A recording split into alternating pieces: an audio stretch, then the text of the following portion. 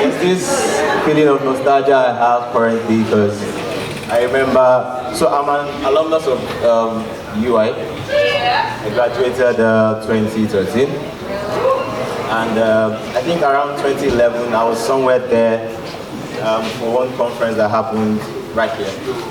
And I just asked myself a question: will it be possible for me to stand on some stage at some point in time? And then, all right, so special thanks to the folks at TEDxUI for making this possible. I really appreciate it. Yeah, you guys have tried though. I'm telling you, it's been a long day, yeah? All right. So I'm going to start by telling the story. I didn't come with any slides, so it's just going to be straight up, and I hope you get inspired. So around 2008, I graduated from secondary school. I was one of the best students then, had one of the best YI results in the country then. And it was an awesome moment for me because finally it showed that you could get value from your stuff, doing your thing and all that. But at the same time, 2 months later, my dad lost his job. And it was a key moment for me in my life because up until then, I'd been living in luxury. I had chauffeurs, I had cooks and all that stuff. And all of a sudden, dad comes home one day and it's like things are going to change around the house. I didn't quite get it until the next day when I was supposed to go to school and the driver didn't come. And so I had to take a bike to my school bus. I told my dad that if I was going to do that, then he was not going to follow me to the school bus because I had never been to the school bus without vehicle. It hurt him because he felt like I was denying the fact that he was still my father because I had probably lost some perks and all that. But then that set a train of thought in his mind and consequently in my mind. At the time, he was a well-recognized executive at one of the top banks. Folks like Taiwo Aderinoko, Fola Adiola, who started GTB, and Toledo were peers.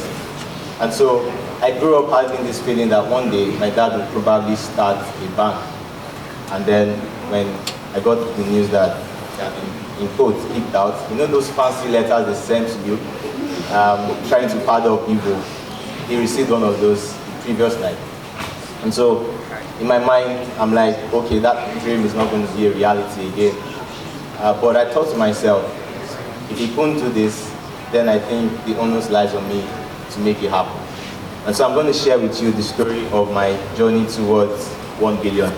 So I have a mantra, and it's called the road to 1 billion. And so when I got into school, when I got into UI, my focus wasn't to study my books per se, because I had scholarship from secondary school, and the scholarship was going to last for 4 years. So practically, I didn't have to, do anything. In fact, the only time I knew I applied for scholarship was because I just wanted to know what it would feel like to apply for SHELF, because everybody was just applying for SHELF. Do we have the medical students in the house? All right, so you guys understand. They're the ones that take all the scholarship. Okay. Anyway, so I was supposed to come here study medicine, and that year was a competitive year, so I think I flunked my post-UME or something because, there was no need to try. And so they gave me this funny course called biochemistry. Do I have any biochemists in the house? All right, that tells you the story. Anyway, so the idea was I was supposed to come do biochemistry and then cross over to medicine and all that stuff. But my parents didn't know that I wasn't interested in school anymore. I was focused on something else. And so, final year, first semester results come in, and it was chemistry 157 first. Are we already?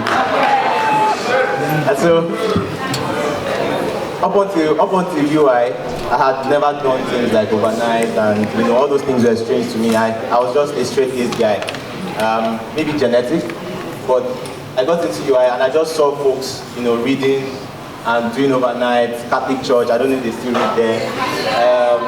Where are the other sports? There's stats also in UI, and I'm like, okay, this will look like fun. So let's go to overnight, because the preps was, does KDL still do overnight? Yeah, all of you, this particular lady, you probably did some stunts overnight. It's all good. Anyway, so I just wanted to, join the bandwagon of those who would go to overnight and all that stuff. I mean, that year, I really read. And then they said 157 was out, and there was this pride in me that I was going to go see an 80, 85, or probably a 90. Now, up until then, I had never gotten any grade below a B. The least, I think, was in French or something. And so, I strolled majestically to the 157 venue. And then, I think we're still using matric numbers then to check for results and all that. So, my matric number was 14790 something. So I checked, and I saw 4 and something that looked like 6. And I'm like, that can't be me. So I asked the bros by my side, because he seemed to be cheerful. I think he had a 65 or something. I'm like, bros, I beg, if you help me check. And it turns out that I had a 40. Well, I failed, in my own opinion. That was my first exposure to failure, in a sense. And mind you, I was coming from a background that was very competitive. In fact, even before you were born, your future was already outlined for you. So I was supposed to have my PhD by 27. I was supposed to, probably become a prof at 35 or something like that. So I was racing against the clock. And then I get this result. Of course, I can't tell my parents. It's going to be crazy.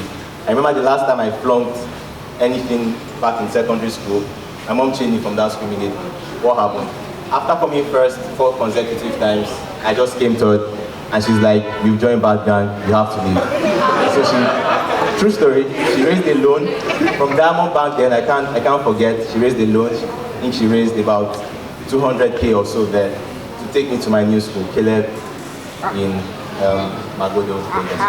And so I was on a journey. I was on that kind of fast-paced journey, and I didn't really have any control of my life. Like I said, my life had already been, predetermined and all that.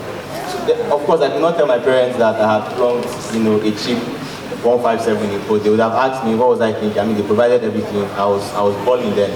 So I just kept it a secret. And then I had this friend of mine. He's a doctor now. How many of us can relate with those kind of friends who they pass so much in class? They're still your friends though, but they pass so much, and your parents know that you guys are friends, and your parents ask, what happened? What happened to you? So I had one of those friends from back in the day in Caleb, and unfortunately for me, he came to UI. So he became my benchmark. And so I went back, I checked his 157 result. I think he had like 89. And I'm like, this guy is not going to kill me. At the end of my first year, I had my first F in Math 101. And long story short, I think my GP was microscopic in nature. And so this colleague of mine, this friend of mine, doctor now, had about 6.8 or so. So there was no way I could give any excuse. There was no way I could say anything other than I had failed. But he set me on a journey. I remember I had a resolve up until then to own a bank. So I'm like, okay, since school is not working, let's try to own a bank. So how do we start? And then I had partners in progress. I had this other friend, I would shield his name for privacy's sake, whose GP by the end of his year 1 was probably 3 point something. So I'm like, bro, in the same group. But he had one thing in common with me. He had ambition, he had drive, he had passion. And his primary vehicle was money, was wealth. And so I'm like, okay, I can tag along with this guy. Formed a company in UI, did a whole lot of things. Don't ask me what we did. But the idea was that we were supposed to make money. Fast forward, final year, the business had grown, things had happened, lifestyle had changed. For me, it wasn't about going to get a job. In fact, when I was in class, I would see my colleagues and I would be like, this one is efficient. He will be a good admin manager. And so, if I ever went to class, it was because I either needed to collect money from the flash drive I had sold, or because I was supposed to submit a proposal or something, or show a colleague a proposal who I was going to collect money from. And at that point, raising money became so cheap for me. I mean, I would just call up a friend, and I would state an idea to this guy, and this guy would think the idea was already 5 years old. In reality, there was nothing. And then the next day, this guy would wire 200K. And I'm like, oh, this is smooth. I think I can work with this. What then happens? Final year, already leaving school, got my post in NYSC to a 5 or so. And then there was this business deal we were supposed to pursue. It was supposed to make us millionaires. I mean, my goal was, by the end of my 4th year, I was supposed to be a millionaire. And so all of a sudden, we called this guy who was supposed to process the deal. His number was not going through. Couldn't find him, he wasn't in his house and all that stuff. Cut the long story short, I'm permitted to use Yoruba, Ojono. And so we couldn't find this guy, and up until now, I still don't know where this guy is. But this guy was my roommate for 2 years. And that taught me a serious lesson because I was the face of the brand, and at about that time I had raised about 450,000 naira from students in UI. And so that meant I was going for service, I wasn't coming back to Ibadan. There was convocation, I didn't come. I was ghost. I mean, I stayed there for like 2 years or so. It was more like an asylum for me, you know. And so here's my story on my passion for the UI of the Ibadan project. So I summoned courage after 2 years to come back, and I have this overwhelming desire to do something big. At about that point, I had grown my skills. I had grown some level of notoriety. You know when life hits you, that when you have to pay this guy and then use the money this guy gives you to pay another person, and it's a messed up type of life. Please don't try it at home. Anyways, I got back. By then, there was a bit of stability, and then a couple of friends of mine started this project, which later became Hybrid Capitals. Currently, so I've said the past, and I'm going to say the present now. So currently, Hybrid Capital manages close to $150,000 in assets from investors. And if you would ask me what changed, I really can't tell you. But I have 3 lessons from all that I've said so far. I promised it was going to be short, so keep into my word. One is tenacity. The truth is, your dream, when you start out on your dream, when you start out on your idea, when you start out on your concept, chances are that you may not take the path you planned it to be. I mean, I had read biographies of J.P. Morgan, who funded the United States at some point.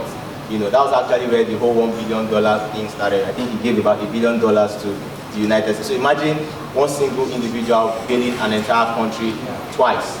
And so I'm like, I like that kind of guy. I want to be that kind of guy, because with money comes power, with money comes influence, with money comes authority. You can booga anybody with money.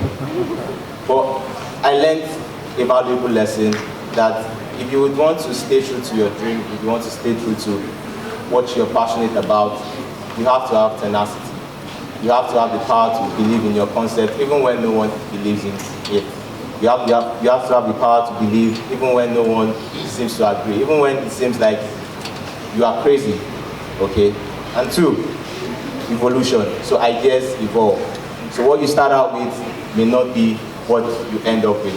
But the idea is that as you move through those processes, you are growing and you are iterating. Finally, drive. At the end of the day, when it's all said and done, it's about how much effort you put into it. It's about how much belief you put into it. I had issues with youths who try to outsource their visions and their passions and validation to other people. I mean, if you don't believe in yourself, who will believe in you? And so, tenacity, evolution, drive, that's that. And then the X factor is you. So I catch you today as a roundup that you can do so much, but you can only do that much if you believe in yourself much. Thank you.